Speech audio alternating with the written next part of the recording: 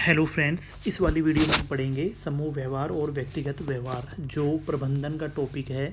RAS mains में GS paper 1 का जो यूनिट 3 है उसमें पार्ट 2 में आता है। तो इस वाले टॉपिक को हम पढ़ रहे हैं, समूह व्यवहार और व्यक्तिगत व्यवहार, ग्रुप बिहेवियर। समूह व्यवहार शुरू करते हैं। संगठन या कंपनी के सामान्य उद्देश्यों की प्राप्ति के लिए दो या दो से अधिक व्यक्ति एक स्थान पर एकत्रित होते हैं तो उसे क्या कहते हैं? समूह कहते हैं। तो संगठन या कंपनी है, उसके सामान्य उद्देश्यों की प्राप्ति के लिए दो या दो से अधिक व्यक्ति जब एक स्थान पर इकट्ठे हो जाएंगे तो उन्हें क्या कहा जाएगा? समूह कहा जाएगा। तो विभिन्न विद्वानों के मतानुसार सामान्यतः व्यक्ति 4 प्रकार के होते हैं। कौन कौन से होते हैं? एक प्रतिस्पर्धी या प्रतियोगी, दूसरा व्यक्तिवादी, तीसरा सहयोगी, चौथा समता मूलक। प्रतिस्पर्धी या प्रतियोगी, ये व्यक्ति सदैव प्रतिस्पर्धी व्यवहार करते हैं। व्यक्तिवादी, ये व्यक्ति संगठन या कार्यस्थल पर अपने व्यक्तिवादी दृष्टिकोण के आगे रखते हैं। सहयोगी, ये ऐसे व्यक्ति होते हैं जो संगठन में सहयोगी दृष्टिकोण अपनाते हैं। समतामूलक, ये सबके साथ समानता का व्यवहार करते हैं। तो 4 प्रकार के व्यक्ति होते हैं: प्रतिस्पर्धी या प्रतियोगी, सदैव प्रतिस्पर्धी व्यवहार, व्यक्तिवादी जो व्यक्तिवादी दृष्टिकोण को आगे रखें, सहयोगी जो संगठन में सहयोगी दृष्टिकोण अपनाएं, और समतामूलक जो सबके साथ समानता का व्यवहार रखें। तो समूह की विशेषताएं, निम्नलिखित विशेषताएं एक समूह में देखी जा सकती हैं। समूह में 2 या 2 से अधिक व्यक्ति होते हैं। समूह सदस्यों के मध्य लगातार क्रिया प्रतिक्रिया चलती रहती है। समूह में सदस्यों के अपने व्यवहार के मानक होते हैं जो उसी के अनुरूप व्यवहार करते हैं। समूह में 2 या 2 से अधिक व्यक्ति होते हैं। सदस्यों के मध्य लगातार प्रतिक्रिया चलती रहती है। सदस्यों के अपने व्यवहार के मानक होते हैं जो उसी के अनुरूप व्यवहार करते हैं। समूह सदस्यों के मध्य एक संगतता होती है। समूह के सामान्य उद्देश्य होते हैं। समूह की अपनी सामूहिक पहचान होती है। समूह के सदस्यों में अंतर्निर्भरता पाई जाती है। तो फिर से अपन विशेषताएं पढ़ेंगे। 2 या 2 से अधिक व्यक्ति होंगे, लगातार क्रिया प्रतिक्रिया चलती रहेगी दोनों के बीच में, 2 या 2 से अधिक व्यक्तियों के बीच में। इनके व्यवहार के मानक होंगे, स्टैंडर्ड होगा कुछ, उसी के अनुरूप व्यवहार करेंगे। एक संगतता होगी, कुछ सामान्य उद्देश्य होंगे, सामूहिक पहचान होगी इनकी, और आपस में अंतर्निर्भरता पाई जाएगी।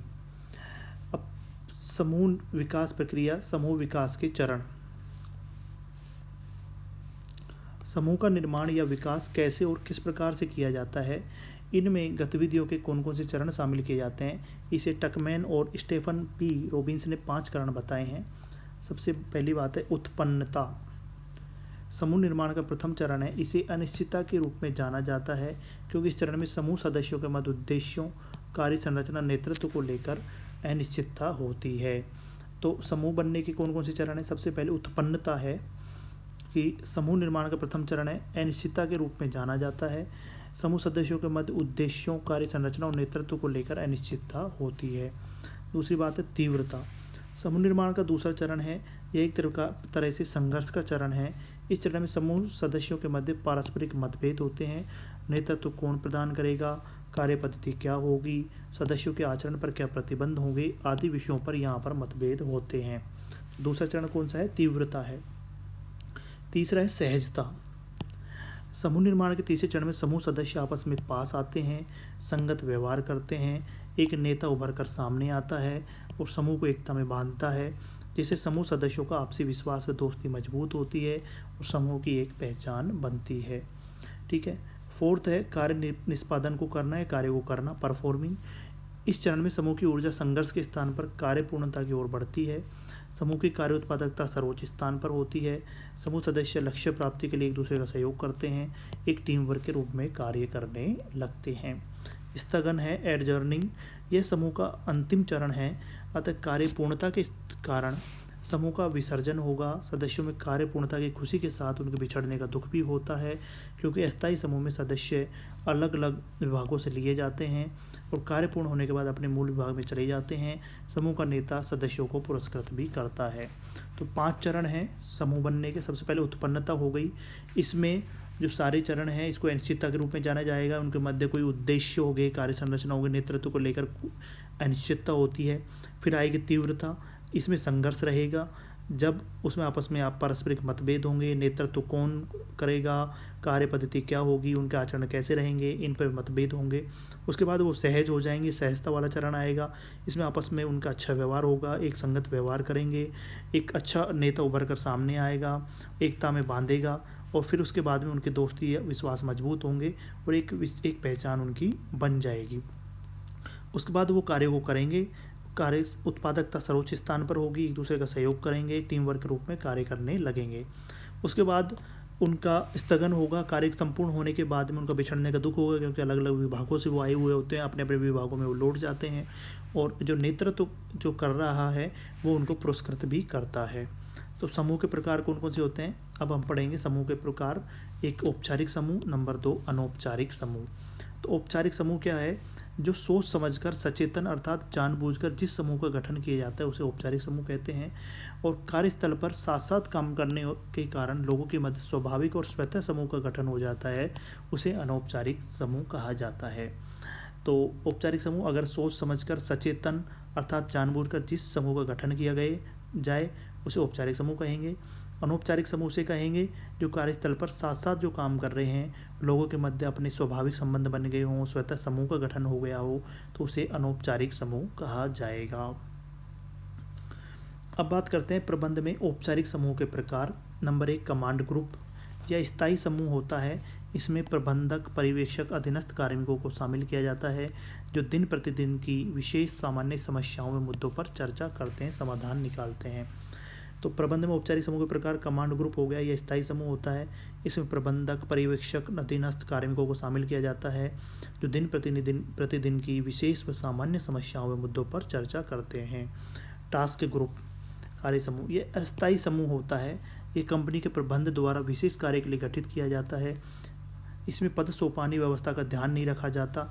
इसमें एक दूसरे विभाग से आवश्यकता के अनुरूप अलग अलग पद स्तर के सदस्यों को शामिल किया जाता है, जिनका कार्य विशेष उद्देश्यों को प्राप्त करना होता है। तो टास्क ग्रुप क्या होता है, कार्य समूह अस्थायी समूह है,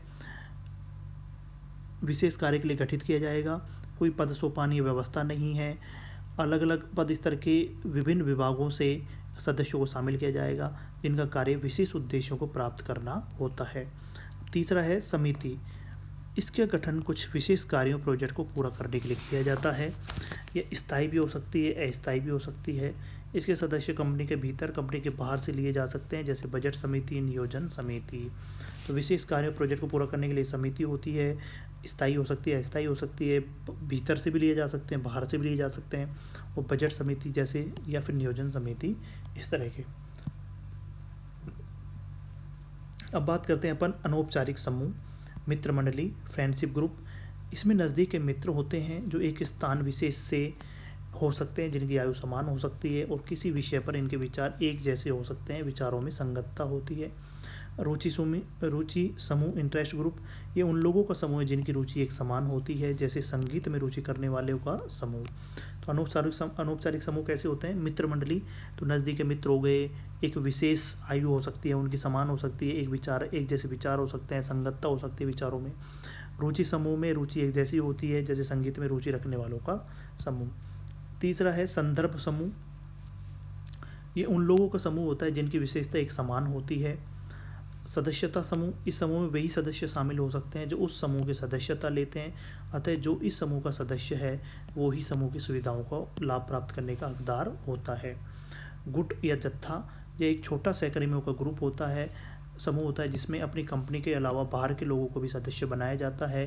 हालांकि समूह में सदस्य संख्या सीमित ही रहती है। इन समूह के अपने सामाजिक नियम व मानक होते हैं और ये एक किसी दूसरे को अपने समूह का सदस्य नहीं बनाते।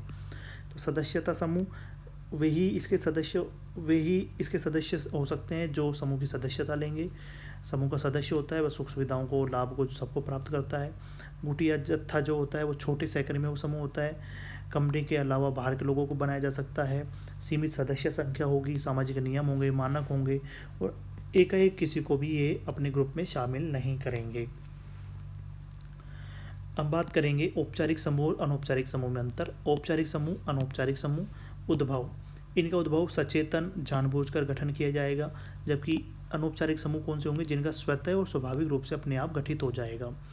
इनका उद्देश्य कार्यों को पूर्ण करना होता है, ये मनोवैज्ञानिक और सामाजिक आवश्यकताओं की पूर्ति करते हैं, जैसे एक दूसरे के विचार, बातचीत, सोशल जो काम होते हैं उसके लिए अनौपचारिक समूह बन जाते हैं। आकार ये विस्तारित होता है, ये छोटा होता है। ये प्रकृति स्थायी प्रकृति का होता है, यह स्थायी प्रकृति का होता है। संचार पद सोपानी व्यवस्था होगी, आदेश की एकता का पालन होगा, दोहरा संचार होगा, किसी भी दिशा में जा सकता है, अर्थात ग्रेप वाइन पैटर्न होता है। औपचारिक नेतृत्व होगा यहाँ पर होगा अनौपचारिक नेतृत्व। पद सत्ता पद स्थिति के आधार पर होगी, ये व्यक्ति की योग्यता और गुणों के आधार पर होगी। तो अब औपचारिक समूह अनौपचारिक समूह में फिर से अपन डिवाइडेशन देख लेते हैं। औपचारिक समूह जानबूझकर सचेतन जानबूझकर गठन किया जाएगा, वो अनौपचारिक स्वतः स्वाभाविक रूप से। औपचारिक समूह कार्यों को पूर्ण करना उसका उद्देश्य रहेगा, जबकि वहाँ पर मनोवैज्ञानिक सामाजिक आवश्यकताओं की पूर्ति करना। इसका आकार विस्तारित होता है, इसका आकार छोटा होता है। ये प्रकृति में स्थायी प्रकृति का पद सोपानी आदेश की एकता के अनुरूप, ये किसी भी दिशा में जा सकता है। अनौपचारिक नेतृत्व पद स्थिति के आधार पर, व्यक्ति की योग्यता व गुणों के आधार पर। समूह व्यवहार क्या होगा?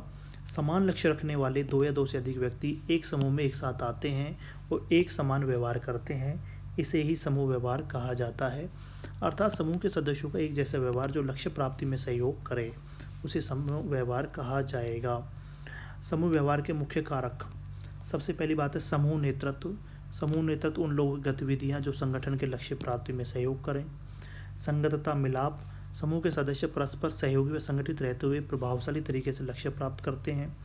सदस्य अभिप्रेरणा, उपयुक्त अभिप्रेरणा इस बात को सुनिश्चित कर सकती है कि समूह एक साथ कार्य करें, समूह का प्रत्येक सदस्य अपनी भूमिका का ईमानदारी से निभाए। समूह के मानक, समूह का व्यवहार समूह द्वारा निर्धारित परंपराओं, प्रथाओं के और नियमों के अनुसार होना चाहिए।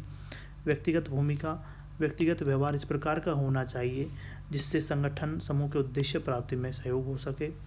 वातावरणीय कारक भी समूह व्यवहार के पक्षों को निर्धारित करते हैं, समूह सदस्य क्षमता को प्रभावित भी करते हैं। कार्य, समूह को विभिन्न कार्य दिए जाते हैं, जैसे योगात्मक कार्य जो सभी सदस्यों के सहयोग पर निर्भर हों। कॉन्जेक्टिव टास्क, ये कार्य कम योग्य व्यक्तियों को भी कर सकते हैं, सामान्य प्रकृति के। डिसकंजेक्टिव टास्क, इन कार्यों करने के लिए अधिक योग्यता की आवश्यकता होती है। तो समूह व्यवहार के मुख्य कारक कौन से हैं? जैसे समूह नेतृत्व है, संगतता मिलाप, सदस्य अभिप्रेरणा, समूह के मानक, व्यक्तिगत भूमिका, वातावरणीय कारक और कार्य, ये क्या है? समूह व्यवहार के कार्य हैं। तो अब वो मुख्य कारक हैं। नेक्स्ट वीडियो में पढ़ेंगे व्यक्तिगत व्यवहार। इस वीडियो में इतना ही। Thank you.